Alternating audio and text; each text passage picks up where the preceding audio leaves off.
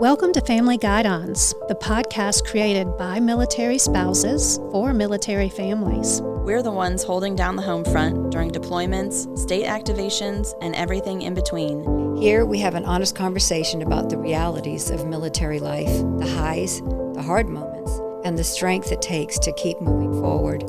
Whether you're new to the military community or a seasoned spouse who's seen it all, Family Guidons is your place for connection, support, and real conversations. Because no one understands life like the ones who've been living it beside them. This is Family Guidons. Fall in. Welcome back to Family Guidons. We are so glad you joined us today, whether it's from your kitchen or your car. We just want you to know that you don't have to do military life alone. My name is Kathy Bridgers. I supported my husband Scott through 7 years of Air Force active duty and then 22 years of South Carolina Air National Guard.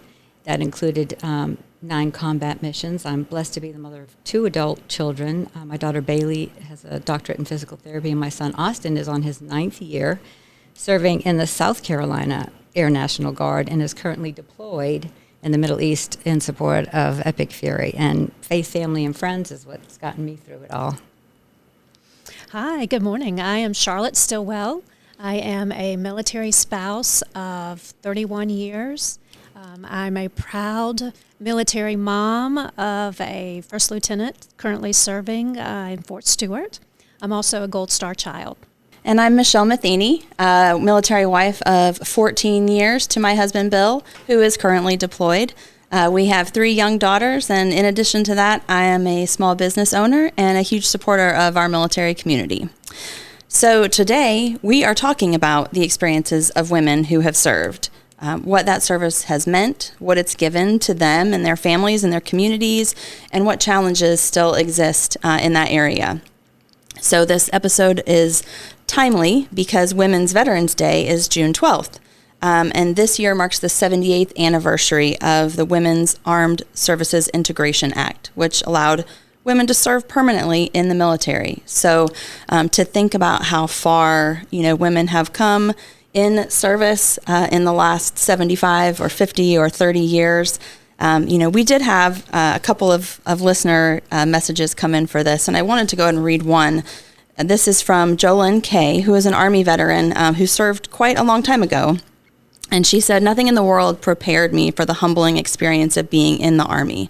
I grew strong mentally and physically, along with gaining strong comrades. But as a woman veteran, I felt forgotten and uncelebrated sometimes by people. So when I heard of Women's Veterans Day, I was so pleased." And so I think that really illustrates why we felt like this was an important topic today, because it is not maybe the most common thing you think of when you think of military service, but so many strong women have chosen that path, and we want to honor them. So today, we are honored to welcome Brigadier General Linda Riedel. She's a South Carolina native and someone whose career is truly defined by service, leadership, and a commitment to others. With more than 30 years in the National Guard, she has served in roles from platoon leader all the way to brigade command. Along the way, she's led and shaped cyber operations and supported missions across the globe. She has deployed to Kuwait, Kosovo, and Iraq. Outside of her military career, General Riedel is an educator, a mentor, and someone who continues to invest in her community and in the development of future leaders. General Riedel brings not just a wealth of experience, but also a personal perspective shaped by decades of service and military family life. Her husband of 30 years is Glenn. They have 2 children, one of which currently serves in the South Carolina National Guard. General Riedel, we are grateful and so thankful to have you with us today, and we're really looking forward to this conversation. Yes, good morning. Thanks so much for having me today. Welcome. Well, welcome. So we will jump right in. We want to hear, all about your story, because I think hopefully, that will reflect kind of the same story of other female veterans, or they may see some of themselves in you. A little fun fact, we have a slightly interesting connection through my husband and your hometown. You grew up in Barnwell, South Carolina, right? Yes. And Go Woolhursts. Right, yeah. And so I learned this interesting fact a few years ago, but that high school has an incredible presence in the military in terms of people who are serving or have served, and, you know, the officers that have come out of there. So growing up in small town South Carolina, what inspired you to join the military? And did you ever imagine reaching the general officer ranks? Oh gosh, absolutely not have would been even my wildest dreams to make the rank of general officer. So yes, from Barnwell, South Carolina, small town. I was 17 years old when I joined the National Guard. That was in 1988. And really, I was in the JROTC program there. And being in the ROTC program, the opportunity started just talking about college. So about my, junior year, we started talking about college a little bit. And it was Colonel Watson. Colonel Watson was the ROTC commander at that time. And my maiden name is Johnson. So he was like, so, hey, Johnson, what are you going to be doing about school? And I was like, sir, I have no idea. It was just me, my mom, and my two younger brothers. And I knew that I did well in school and loved JRTC. I mean, if you were to look at my uniform from JRTC, you would have thought that I was already a general because, the way they do all the medals and the ranks. Yeah. And, I mean, you're just like, really suited up.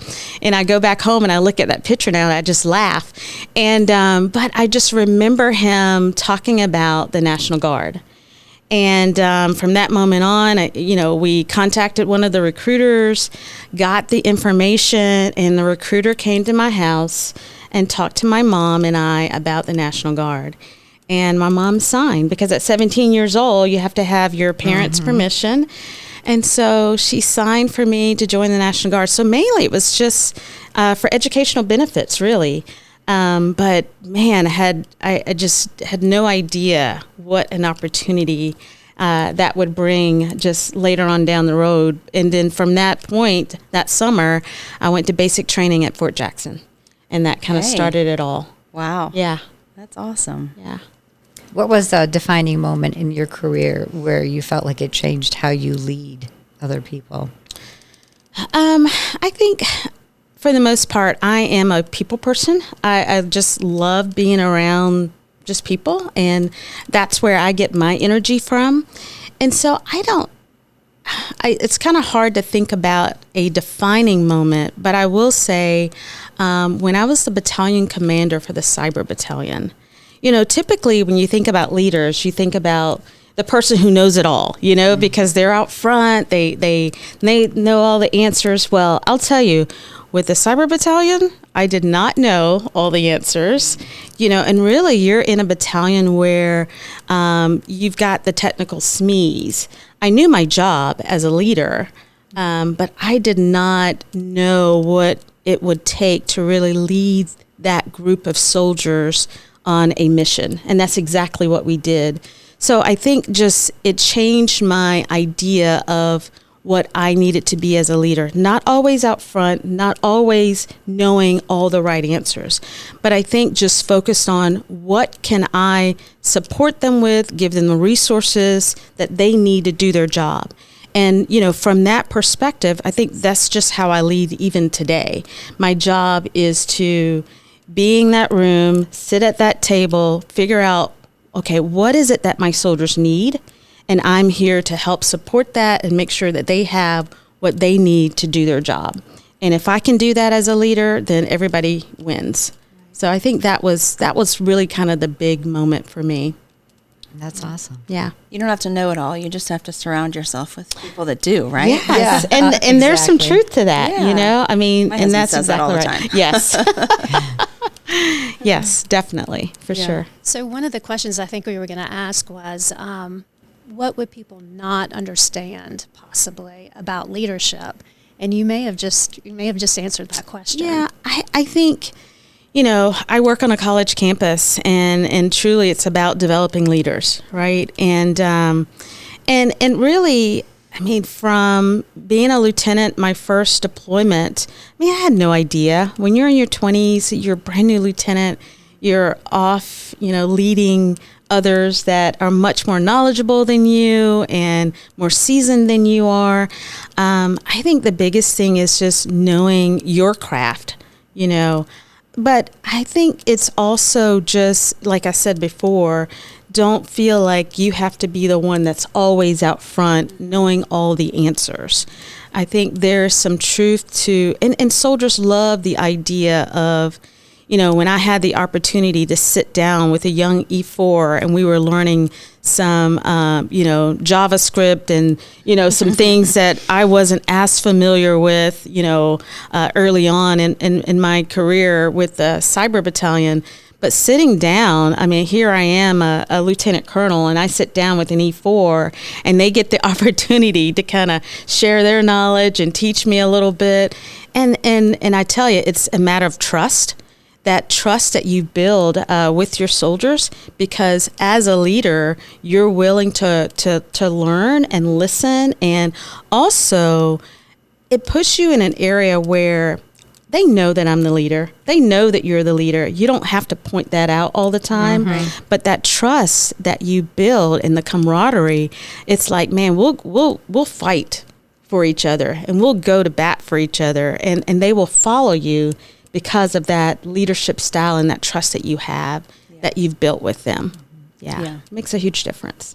I remember when my husband would introduce people that he was leading, he would say, I work with this guy. Yes. He would never say, this guy works for me. And I think that it always kind of it made it more comfortable conversation. It set you on more of an equal footing. And you could tell they kind of would perk up a little bit when he would introduce them that way, instead of making it seem like they were working for him. Because it's about team. You can't be an effective leader if you're trying to lead by yourself. It just doesn't work that way. You got to have followers. It's teamwork for sure. It's fun. So there's a lot of positive things with being a female leader. Yeah. Let's talk about, how did you handle deployments? Because it's a little bit different for a female, I feel like, than a male to leave the house, leave your kids. As a mama. As a mama, right. Yes. So how did you navigate that?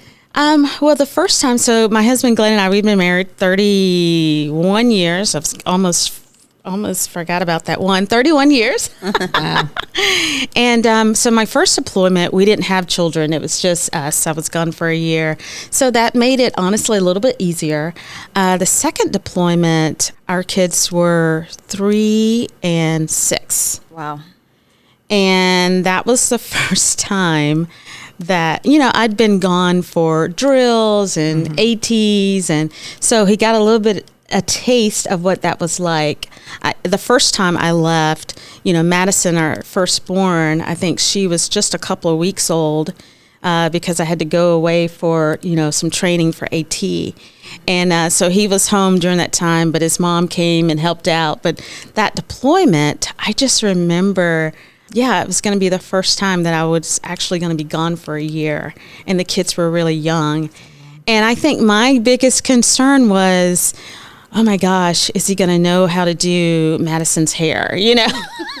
Right. What is she going to go to school looking like? Are they just going to eat McDonald's all the time? Yeah. So I think just your normal concerns as a parent, but I think especially as a mom, because typically I did the grocery shopping and things like that. But amazingly, what I realized is that once you step out of the picture and you allow your spouse to do their job, and they realize that, okay, we can do this. And I was pleasantly surprised that I would get on, FaceTime with them, and Madison's hair looked great, and there was, dinner on the table. Success. And yes. But I think it just kind of, it eased my concern that my husband's got this. Yeah. And so I did set up meals, though. You could do your home chef or whatever the meals are. And I just remember, maybe it wasn't during that time, maybe it was another deployment, but I do remember before, if I knew I was going on deployment, I would make sure that there was some way to set up some meals to kind of help out. Friends were always there. I mean, you ladies know, you've kind of been on the tail end of that. It's the same way. And Glenn will tell you, I mean, if he was here, he would say, yep, it was crazy. And I wasn't sure if I was going to make it, but he really did an awesome job. And I think because of that, it has built so much trust and support within our family that I don't get too concerned about leaving home or what it's going to look like, because we've been there before, we've done this. It doesn't get easier, you know, it's still hard, but I think those insecurities and guilt, honestly, the guilt feeling sometimes I would feel as a mom, because you always have other people coming to you, go, I don't see how you do this. I don't see how you can do this, you know? And I said, well, it takes a lot of support. It takes a husband who believes in you and supports you. And I mean, it's been 30 years we've been doing this. Yeah. And so, yeah. Well, and I think it's, you know, you hear that on both sides, right? Like this, it's hard for the service member to leave. It's hard for the spouse at home. And it's interesting when the gender roles are reversed. Yes. But I have to imagine too, it was, you know, hopefully nice for him and maybe for their relationship, like the father, you know, child relationship, I'm sure changes in that time when they're the primary, everything parent, you know. Yeah. And it brings the kids closer, you know, I mean, even when I was deployed to Kuwait, it's funny because I would still look at the grades through Power School and things like that. And if they needed something, I'm like, your dad's right there. I'm in Kuwait, you know. But, you know, it's just that role that you play as a mom that just doesn't go away no matter what part of the earth you're on, you know. But I love their relationships. Yeah. So I think, you know, speaking of some of those unique challenges and, you know, just kind of what we've already talked about, but do you feel like there are different or better ways that leaders can support or mentor female service members through their careers? I've had a lot of mentors over my time, of course, in service. No, and a majority of them, if not all of them, now that I think about it, have been men. And so I think no. I mean, there is no difference in mentoring a woman versus mentoring a man or anything like that. You know, I may have females that I mentor now that ask me specific questions because I am a woman, because I am a mom. But I think on the flip side of that, I think mentoring is mentoring. And most people are looking for an opportunity to just kind of ask the question, how do I get to where you're at? You know, or, you know, if they're a woman and they're a mom with kids, how do you do that balance? I think it's just those questions. I was just at Fort Gordon. I told you ladies, I just came from Fort Gordon today. But as I was walking through the hall, getting ready to leave out one of the buildings, there was a private first class and a specialist that was there. Both guys, and they were like, ma'am, can we ask you a question? How do we get to where you're at? You know, and I thought, wow, that is such a bold question to ask from a private, you know, and a specialist. But I love that because they didn't look at me and say, oh, she's a woman, you know, I can't ask that question. I need to. Soldiers don't look at it in that way. And so I think mentoring is mentoring, whether you're a man, woman, we're all looking for ways to grow and develop as leaders, you know. Yeah. I do have to think, though, that like it must be reassuring or comforting or helpful to females coming up now, you know, to see a woman that has earned the position that you've earned and think like, okay, she did it. I can do this. Yeah. I mean, I get surprised and happy whenever I see a 2-star female general, 3-star, and I'm like, oh, cool, you know. Yeah. So, yeah, there is that little bit of you know. Go, girl. Yes, you know. I just think it's awesome because it's been a long journey. And so, yeah, you do get happy and encouraged when you see that there is a path forward. Yeah, absolutely.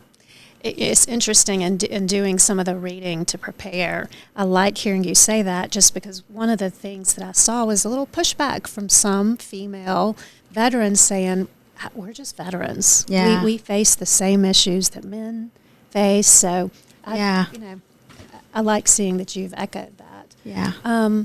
Was there ever a moment where you doubted yourself and what pushed you forward? Oh my gosh. They call it the imposter syndrome or whatever it is. Yeah, I think, there are moments that I have doubted myself. I think even going through becoming an officer, switching from, so I started off enlisted. I was enlisted for 6 years, started off as a PFC through the ROTC program, JROTC. And just going to PMA, Officer Candidate School here through the state, I mean, those times got really hard because it was like basic training, leveled up again. I'm like, what in the world?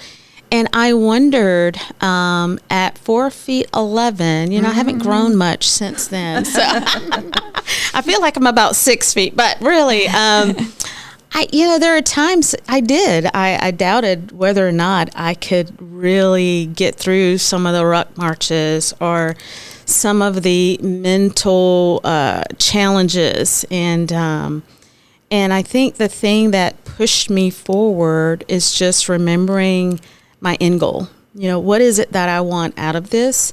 And I think also saying yes to the hard challenges and just I don't know. I mean, there are some jobs that I've had where I didn't want to have those jobs, but I think just saying yes, even to those things, seeking out mentors, people who have done it before.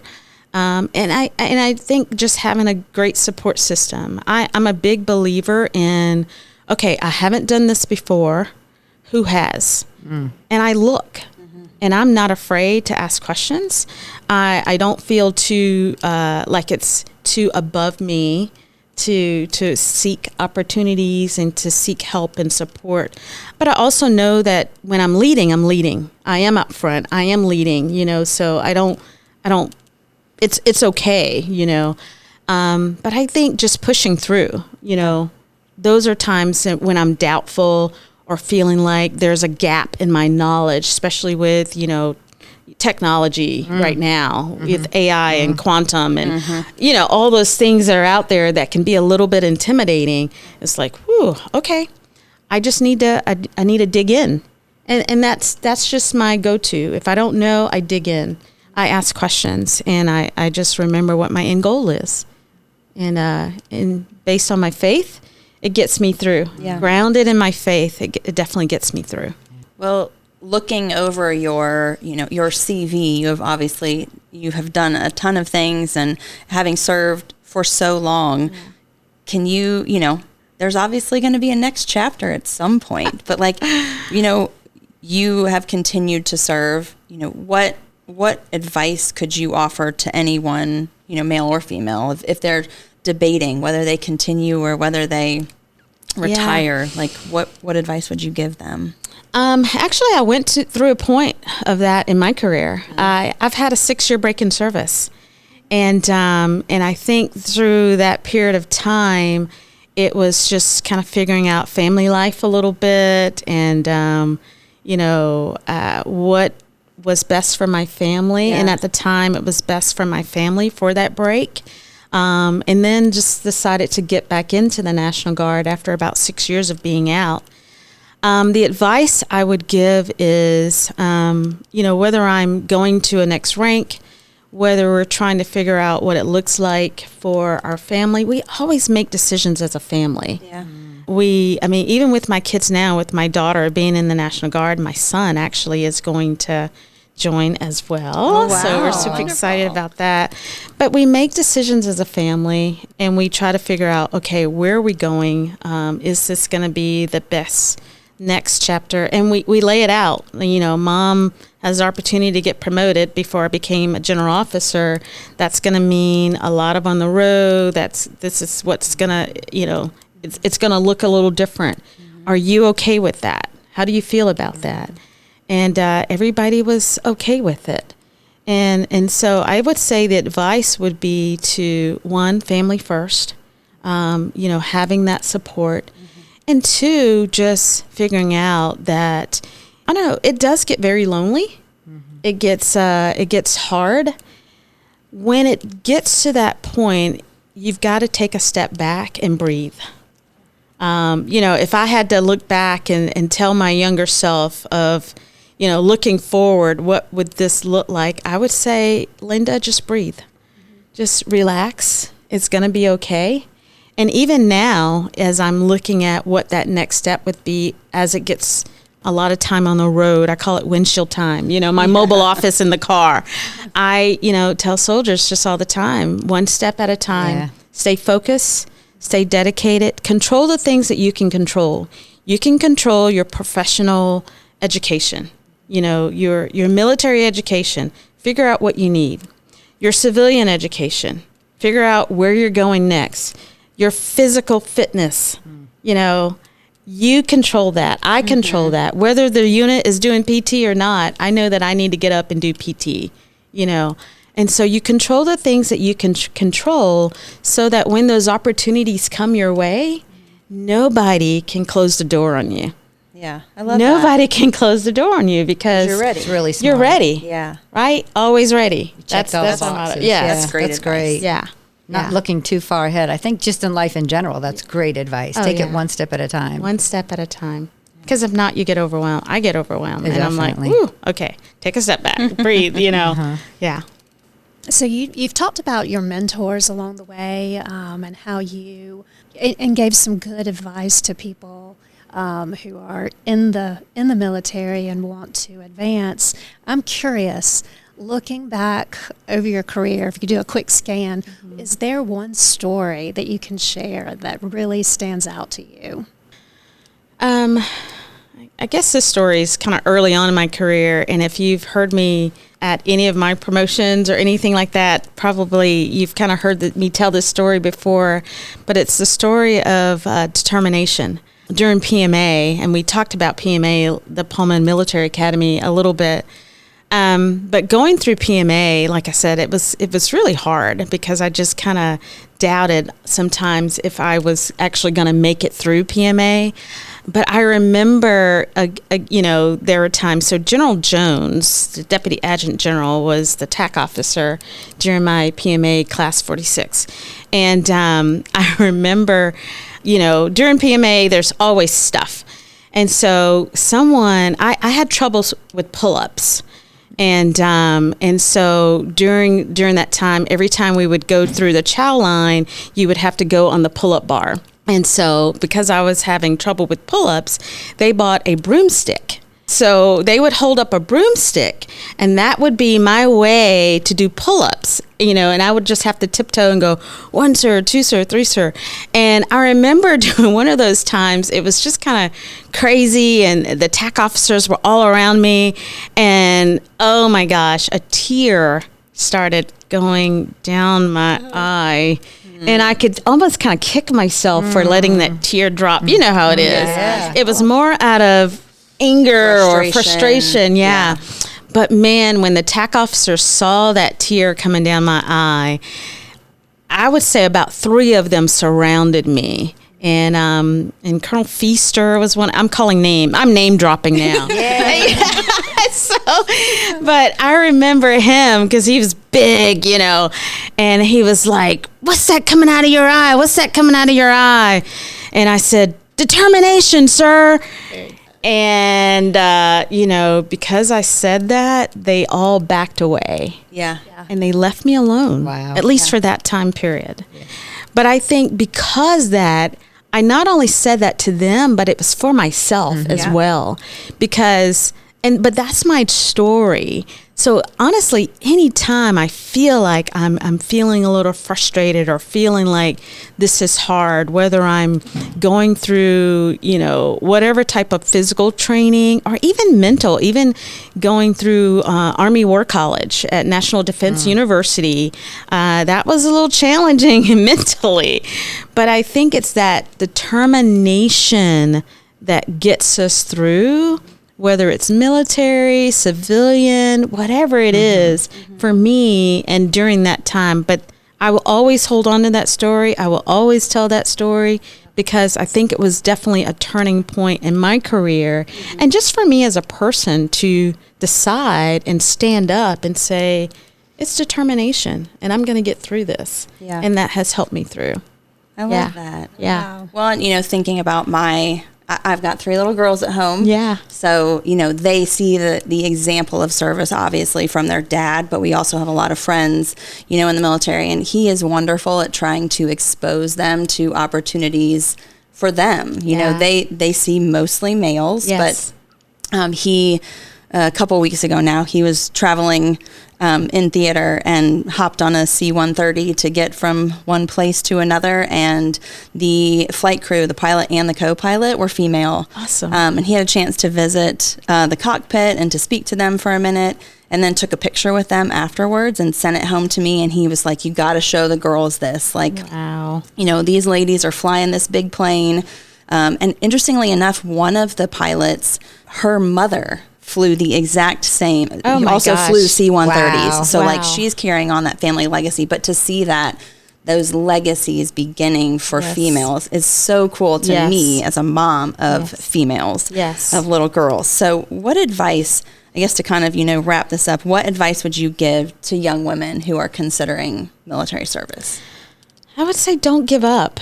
I mean, I think that's the biggest advice I would give is sometimes you may not see it, but that doesn't mean that it's not for you.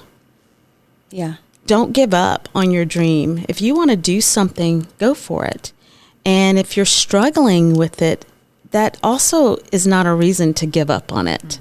Ugh, Because sometimes that's you life struggle. In general. Yes. I Yeah. say that all the time to my oldest. Oh my gosh, math is hard. Right. That forged in fire. Yes. Kind of Yeah. thought. Yeah, it's find a way. I mean, if it's truly your dream and if it's what you want to do, find a way because I guarantee you can do it. It may not, and I even, my path did not look like everybody else's path. Your path doesn't have to look like someone else's path to get to where you want to go. But if you want to go, don't give up. Find those avenues of approach and go for it. That's what I say. Just go for it. That's Yeah. awesome. Yeah. Find a good mentor. There you go. We're out there. Good advice. Well, we do have Yeah. a couple of letters that we wanted to finish up with. Nice. From other female service members. We appreciate you having you here and telling your story, but just to bring in a couple other perspectives of experience. So, This one is from Lieutenant Colonel. Her name is Rachel. She said, service is ingrained in my family. I'm the 4th generation military, 3rd generation Air Force leader in my family. So the idea of service was not foreign to me. However, I am the first woman and mother to serve.